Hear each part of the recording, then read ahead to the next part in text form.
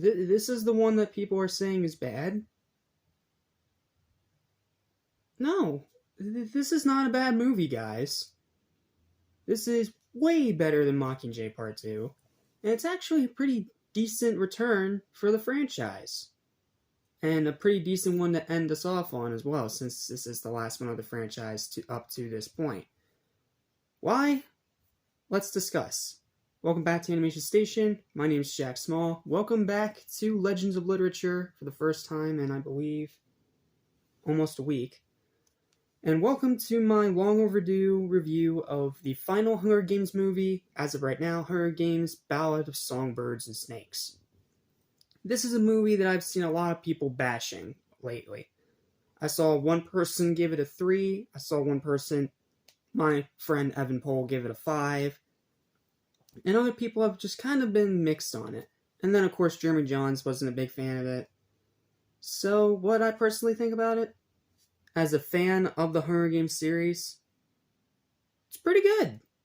I don't think it's great by any means, and it's probably not very rewatchable, but for what it is, I had a good time. And the biggest thing that carried this movie for me were the performances. The performances in here, from Tom Blythe as Snow himself to Rachel Zegler as his, the tribute he's mentoring, and even a bunch of the other characters are really good in here as well, including that one guy.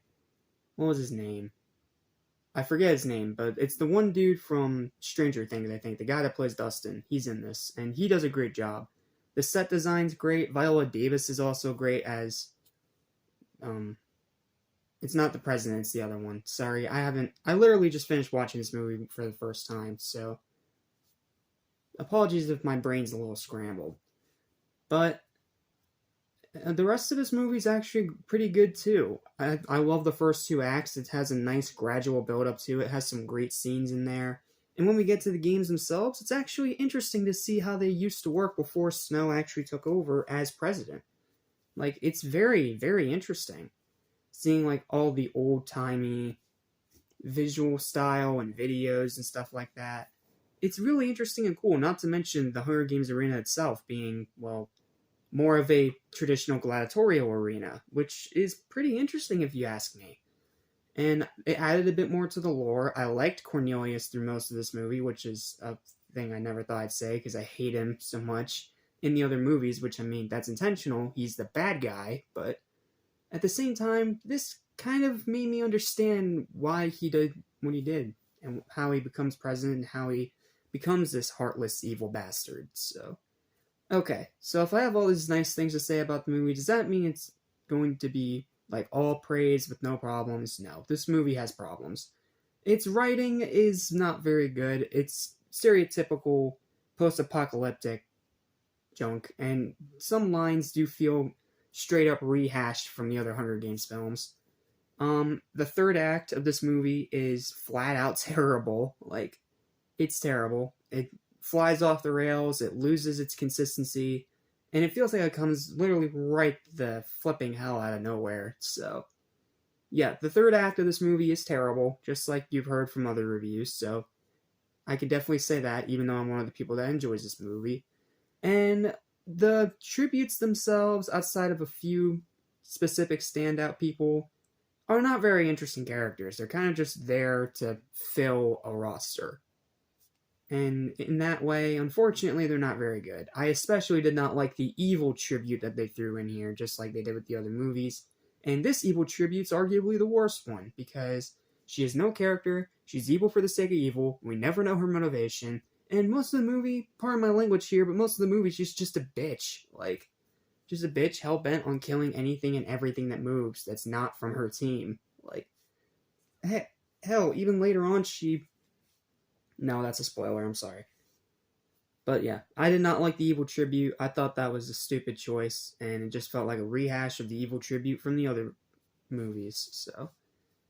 Well, other movie, because I think the evil tribute thing was dropped after the first one, but...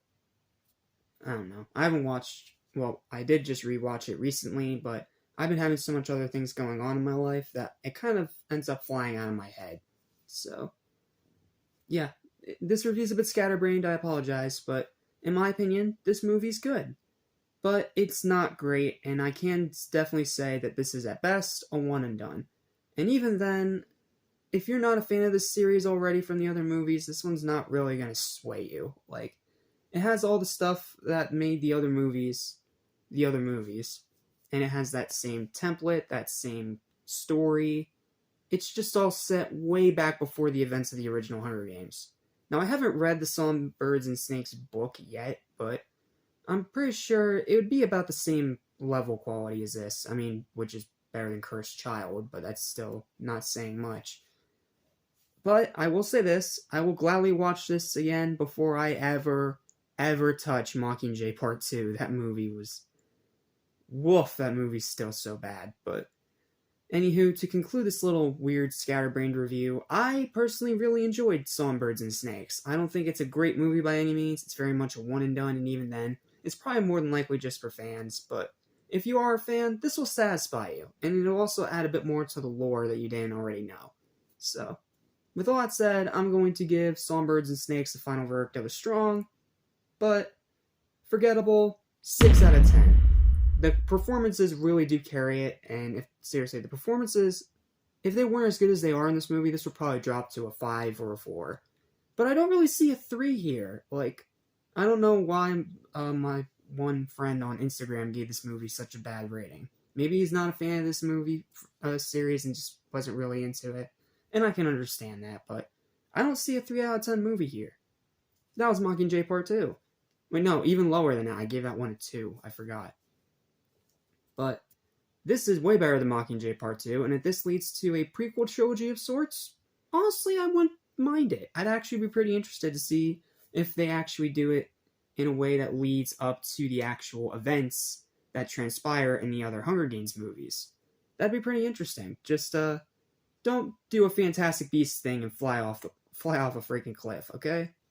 Please don't do that.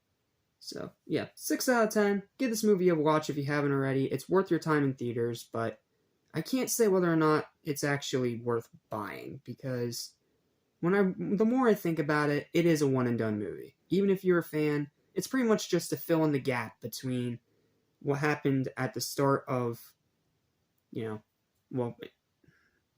add more backstory to the other characters. There we go. That's the word I was thinking for. Backstory. So, yeah, one and done movie, but it's a good one and done movie, and I definitely don't think it deserves to be review bombed as it is by some other people. If you're a fan, check it out. If you're not, maybe skip it because it's not really going to sway you. It's more of the same, with a little bit of an interesting backstory of Snow thrown in there. So, yeah, that's my review. Thank you guys so much for watching, and next time we will finally move on to another franchise. This one you guys should be pretty excited about. See you next time when we dive into the medieval, mythical, and very long-winded world of Lord of the Rings.